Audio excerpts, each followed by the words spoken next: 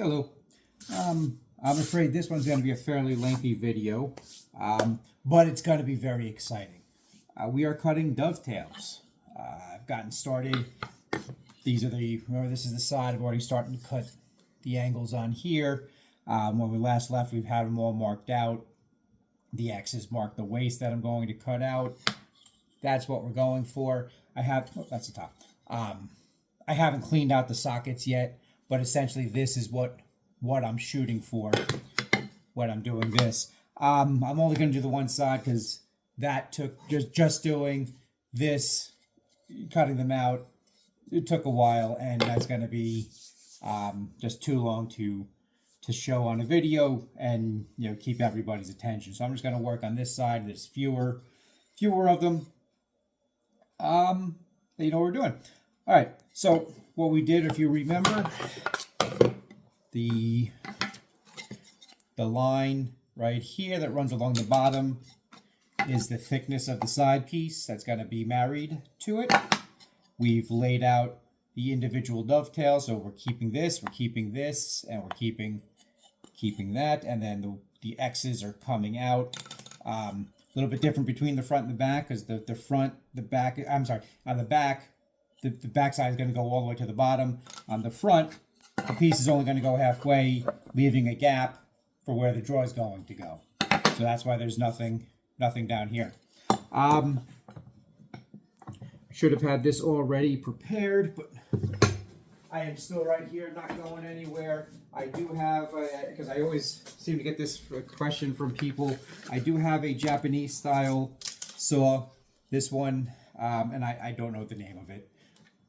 I like a Western style. This one cuts when I push the saw, which means that the plate has to be a little bit thicker, because as you're pushing, you have to be able to resist that forces.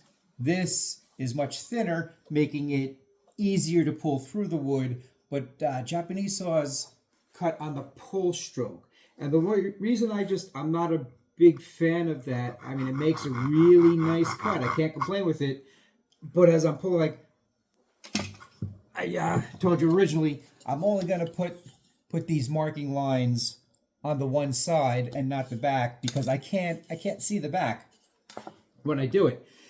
However, when I use one of these and I pull it, all the fibers that I'm busting out are now coming up on the front, and I can't see my line as well as I can when I'm using a push saw. So that's kind of why I like this one. This is specifically a rip cut. So right now I'm going with the grain. That's a rip cut. For this other piece, I will switch to a cross cut saw, though theoretically a fine tooth rip cut will be fine. I'm looking at my different angles here. I'm just going to put a little X on the pieces that are coming out. When sawing, you always want your saw to be on the waist side of the line, so that way if you make a mistake, you make a boo-boo, an error of any kind, you're going to throw that piece out anyway, so it doesn't really matter. The first thing I'm going to do is line myself up. I've got the, let's see, I'm going to use this. Right now I've kind of got this saw angled like that. So I'm cutting the back side, and then I'm slowly moving my hand down. And what I want here is to be perfectly 90 degrees across. Dovetails, they look nice. They've got that little sloping angle, but the most important angle in a dovetail is this one right here, making that 90 degrees. And you'll see that when we fit it later why. But so now that I've got that established, I'm going to start lowering my hand while following that angle. And you'll notice I'm coming now in a kind of in a diagonal up, and that just makes it makes the saw flow easier, makes it easier for me to follow the line. And then as I get right above my stopping line, it's not sawing isn't so much about where you're sawing, it's about where you're stopping the saw. But now that I've got that all established, I can just go ahead and lightly push the saw on through, because I've got that straight line all the way through. I'm going to skip over this one come here while my body is already in this position, focusing on making that 90 degrees across. Trying to use the whole saw. I don't want to just use this part. I want to use the whole plate. It gives me a much nicer side to the dovetail. Better gluing surface, easier to fit.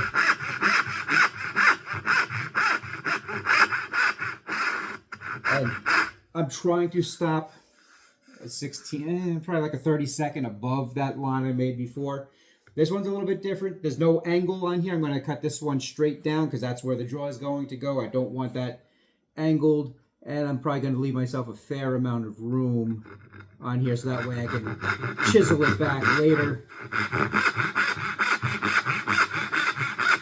Same thing though. Got to drop my hand until I get to just above the line and then go straight across. I don't have to worry so much because there's a channel for it already.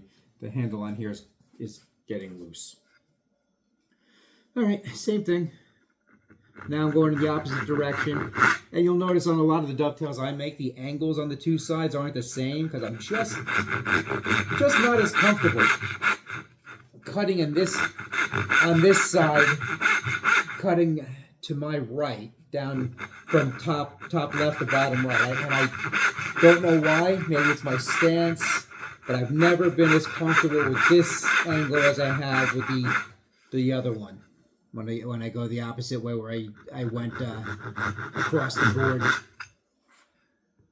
Practice, I guess.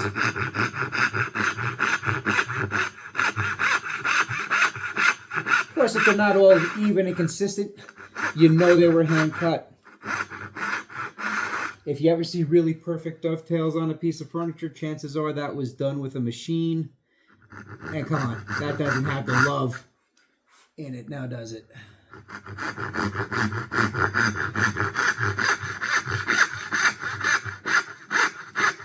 Oh, there's some stuff there. There we go. A lot of times when you feel like you're getting resistance, fighting is not the answer. It works on so many levels. Lighten up on the saw and just let the teeth of the saw kiss the wood, and that'll be a much better solution. Okay, so right now I have this mark on the top. Let's see, can it be seen? Let's see if I get this light a little better. There's like a half triangle that matches. That's the opposite of that half triangle, making a full triangle. So that way I know on the finished piece, that's going to be the top. This piece is going to be on the right-hand side.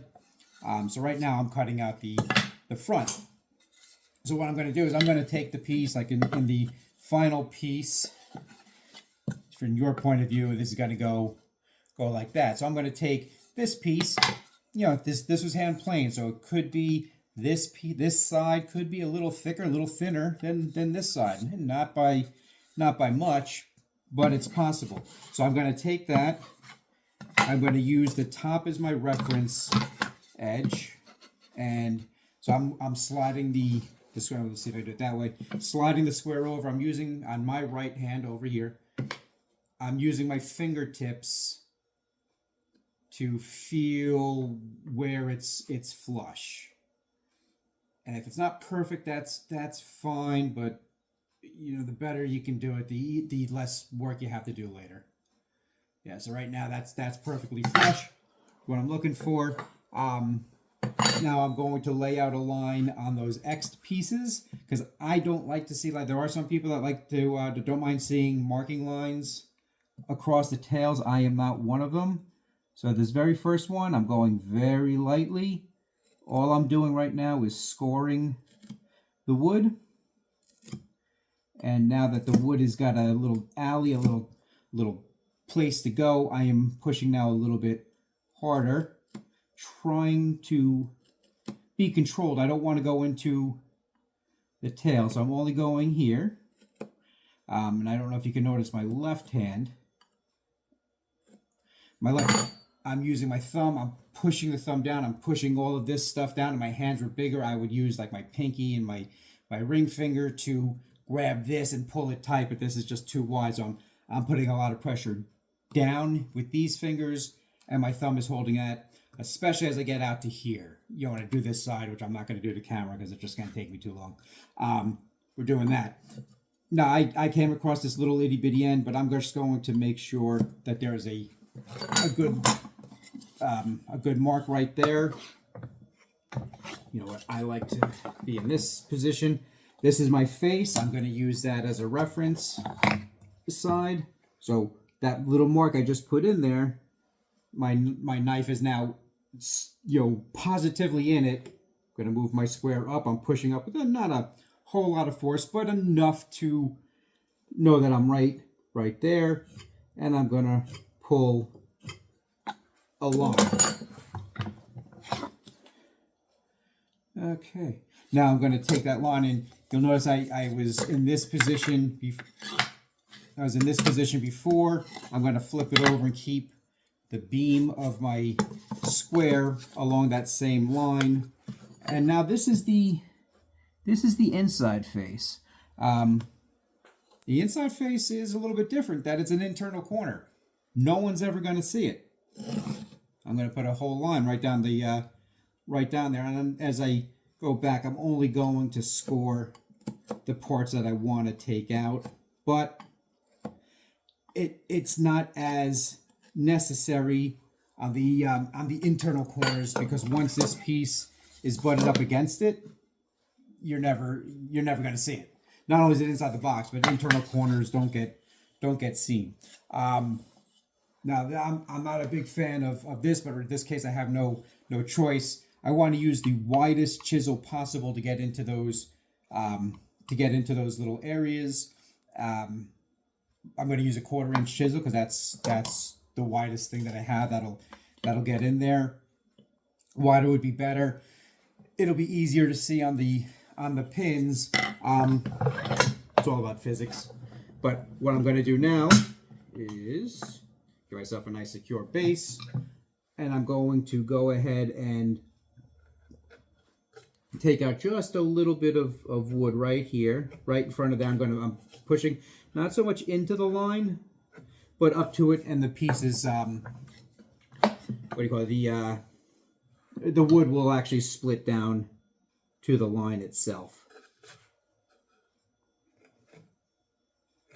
I just kind of I didn't really sharpen. I honed the chisel so that way it's nice and sharp. I can feel that. You'll notice I did not do this side because there's not going to be a need for it. Clear up some bench.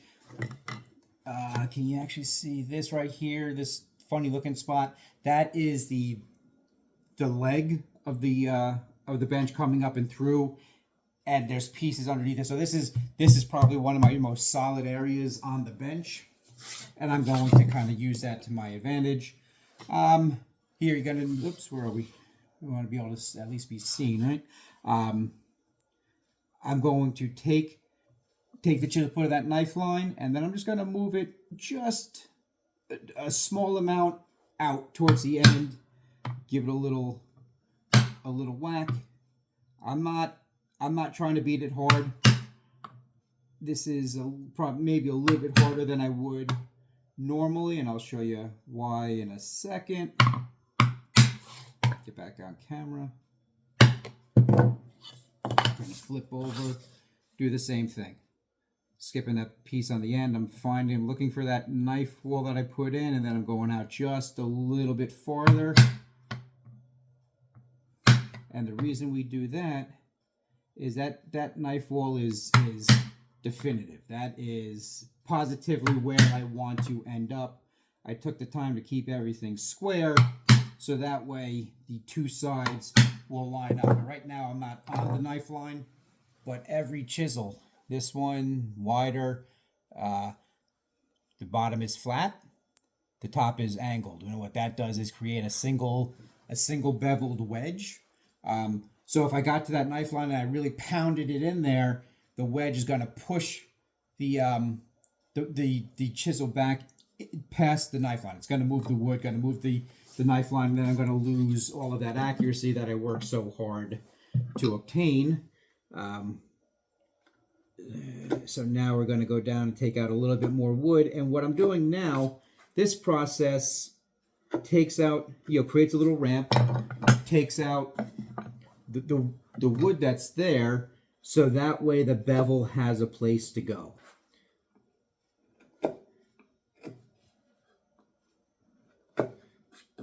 So now I can hit it a little bit more aggressively. Lost a pencil. A little bit more aggressively now. So this time I am going to go into the knife line itself. I'm not going to hit hard, but it should give me a lot of resistance because I took out a lot of the wood that's in front of it. So I'm kind of just using the weight. Get back into the knife line. I'm just kind of using the weight of the mallet. Maybe even holding it back a little bit. Last thing I want to do is just beat on this and pound the chisel through, because it's just not going to happen. You can hear how solid that is. When I flip over, gotta make sure there's no little bits on the bench top, so that way I don't want to put this down and start pounding on it and leave little indentations on the opposite side. So here I can't really, the color of the wood, I can't really see the knife line, but I can positively feel it. Boom. And there's very little resistance because, like I said, we took out that wood before, which means I'm much less likely to move the knife line. That's there. Trying to get the chisel to drop into it. There it goes.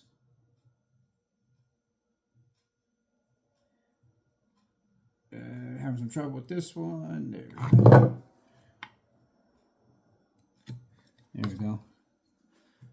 There was a piece from before was kind of folded over on top of it. There it is. Okay.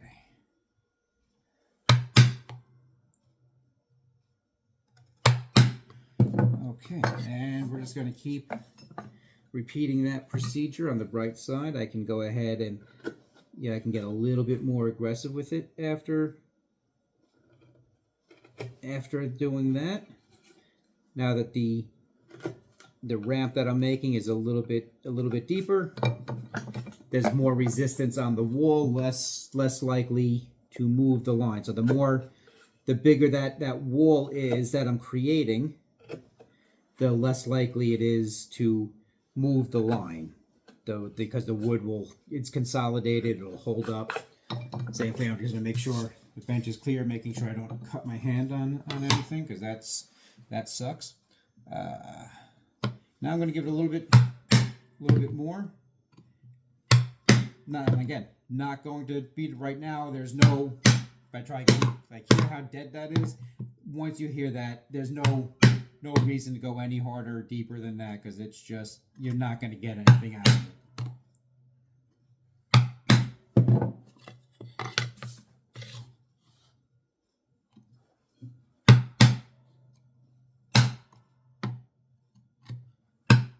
And right now I'm kind of pushing the flat part of the chisel up against that back wall. I'm hoping that these pieces will come out, or at least one of them. I think this one here, the grain seems to be in my favor on that particular spot. Mahogany can be a little bit finicky, little tough, because the grain goes in different directions. So whereas one piece of this one board may be working fine, maybe not so much on another piece. Yeah, that piece, I'm pretty sure, I can almost positive that one's gonna pop out.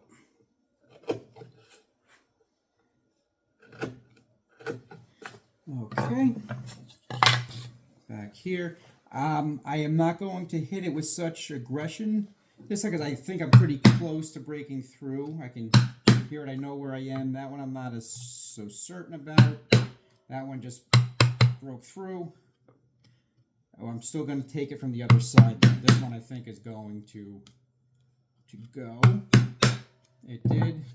Going to flip over, just take out any Fibers holding on there, fiber holding on here, gentle. This one is being a little stubborn. Yeah, so right now, I'm going to take these two pieces out because they are not necessary. What I want to try to get, can we see in there, is a nice flat bottom. Difficult to see in there, but there's no, it looks like, you do it wrong, you get a little too aggressive with it, and you start really beating on it. Looks almost like a tooth holding on by the root. You get a big gap in the middle, and you'll never see it. It won't structurally take anything, but if you can keep that minimized, it just gives me a sense of wellness, and there's more glue surface that way. Not that the end grain does much for me, but makes me feel better. Okay, that one's just breaking through. We're gonna just finish cutting the fibers on this side, and that should do it. Okay, so my next step, and I'm not going to do this to camera because it takes me a little while. I'm going to go in there and clean up the bottoms just in case I'm not perfectly level. Yeah, because if I miss the line a little bit, or if I sloped, more specifically, if I slope upward from each side, there's going to be a V, which means when I put the tail piece in there, it's going to not sit all the way down. So you got to make sure that that is hollow. Not hollow, it's flat. Could put a little hollow in it, undercut it. I don't really like undercutting. I like it to sit flush. Pride thing, maybe. All right, so now we have this other piece at the end. We put the knife line across, and I'm setting it up this way specifically because I want to cut from the face side in. I'm going to take a chisel. Take that. Just a little step down, makes it a little easier for me. We're going to move more to a cross-cut saw. Teeth are oriented a little bit differently than the one I had a moment ago. The teeth are so small, though, that I'm not so sure that it would be a problem. And this wood is such a color that I can't really see. So I'm going almost by feel. And same thing, I'm going to create a line. And this one I want to cut straight down. You know, cut straight down along that line until this piece pops off. But I'm actually not going to cut it straight. I'm going to intentionally, and if that's straight, I'm going to intentionally, you know, that's much more exaggerated than what I'm going to do. But I'm going to cut it at that angle, and then refine it with my chisel. Light touch, light touch. You can hear that the tone is a little bit different. And boom, done. All right. Okay, I left a little bit more on there than I thought, but that's it. I'm going to go up and clean those up. I still have to cut those out. Then we'll lay out the tail pieces. Personally, I am not going to be around much the next couple of days, so it could be a good week or so before I'm back out here taking this next step. So stay tuned. You know, it gives you something to look forward to. But that's how dovetails are cut. And like I said, the next step, I'm gonna clean them all up, get them ready, and then I'm gonna lay out the pins, cut those, and that's when they'll get married. So we have lots of exciting stuff. I will talk to you soon. Thanks for sticking around.